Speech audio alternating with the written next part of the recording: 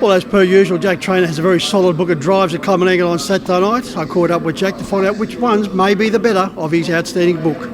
Well, Jack, before we delve into the drives on Saturday night, Stravinsky in the previous short price favourite, disappointing. Yeah, he was really disappointing. His work indicated that he was on song, and I really thought he put in a good effort today. So I might just look to give him a spell and work on him later on in the winter. A little bit slushy close to the pegs. Any excuse there? No excuses there. The track is a little bit off today, but he still had his chance. If we went down a head or a neck, I'd cop that. But no, we're not making any excuses. Well, let's have a look at the drives on Saturday night. In the first, you got my Alderman Andy, newcomer from David Kennedy's establishment. Second, behind Carla Jane at Bathurst. Yeah, he went really good at Bathurst. He probably just needed the run a bit, and I just botched the drive a bit too. I come to the outside and give the winner the sprint lane, so that probably cost me. So he'll only be better again from that run, and I expect him to go a really good race.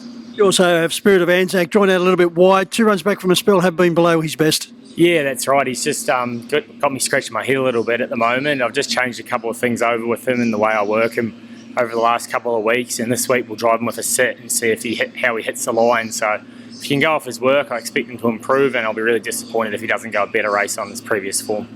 Over to race 2 and Chevron Art. Now, you must have upset someone because a lot of your drives on Saturday night are going to be carrying the number 11 saddlecloth. Yeah, I did see that when I was scrolling through the fields on Monday. I was thinking, geez, they haven't made it easy for me, but obviously that was drawn on dollars. So with his Chariots of Fire third, his money's right up. But he was one that I took a blood test on him after Penrith, his last race, where I was disappointed, and it did show that he had quite a bad virus. So we've treated him with antibiotics between now and then, and on his work, he seems to be right back to his best, although he's going to have to be from 10 this week. He's probably one to follow in the coming weeks. Obviously, it's going to be very hard this week.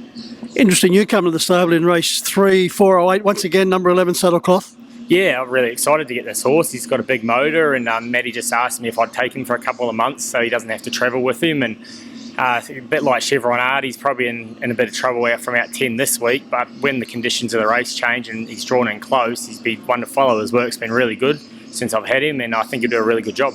8th behind Ideal Dan and the Young Cup, but better than that.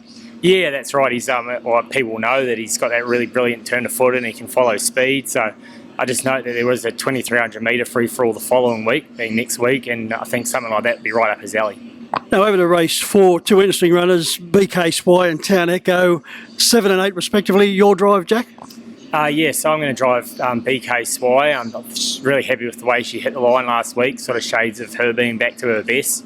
And Town Echo, obviously, she's unbeaten since she's been in Australia and just seems to be getting better and better. And albeit I don't think she's the best leader, she seems to wait for them a bit. So hopefully this week we can drive her with a set and use her speed. But yeah, it's very hard to separate those two mares. They're both in great form and both really good assets to my stable.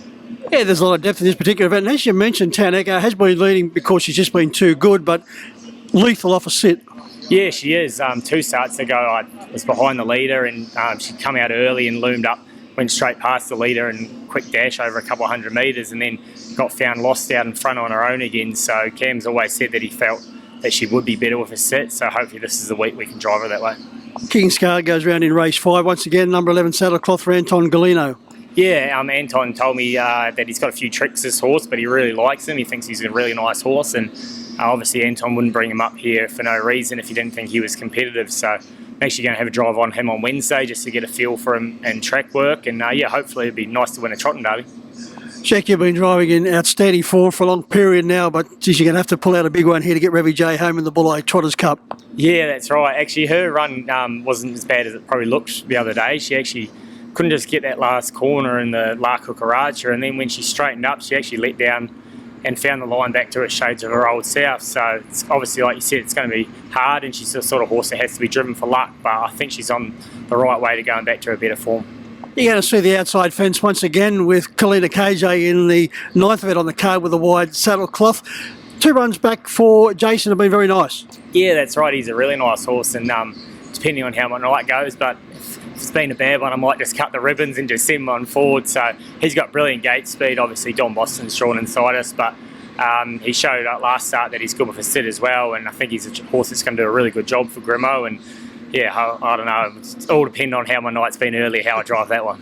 What an old marvel, Don Boston. Now, he was sent to the paddock. He's been retired, but he's been kicking his brands off, apparently, according to Brad Abbott. He's had to bring him back into work. Yeah, that's right. He just won't die, Don. He's sometimes he's your worst nightmare in a race, and then obviously sometimes he's a blessing. At least one thing, he keeps the race honest, and he's pretty true to his word, Brad, and he doesn't sort of back off. So he's done really well for that horse, and hopefully he can continue for him. Jack, an interesting book.